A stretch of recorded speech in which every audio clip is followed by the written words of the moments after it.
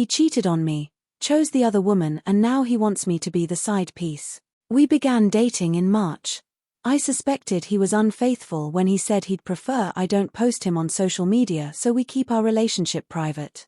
He got to meet my mum and aunt, and I got to speak to his family. We planned I visit them in July. He came for my graduation, and right after he left went for a weekend-long concert in Miami.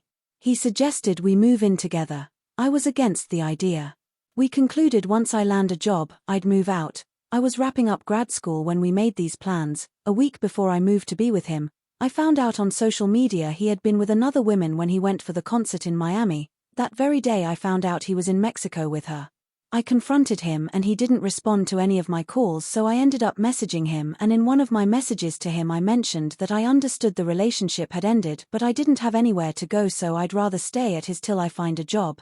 I still moved to be with him. Biggest mistake I ever made, because I had ended my lease so I had nowhere to be. I must add that I was in the process of interviewing for a role in his state. He ran with the narrative that I didn't move because of him, it was only because of my job. I told the other woman about my relationship with him. She basically told me off and stayed with him. It's been 2 months of living with him, rubbing it in my face that he chose her.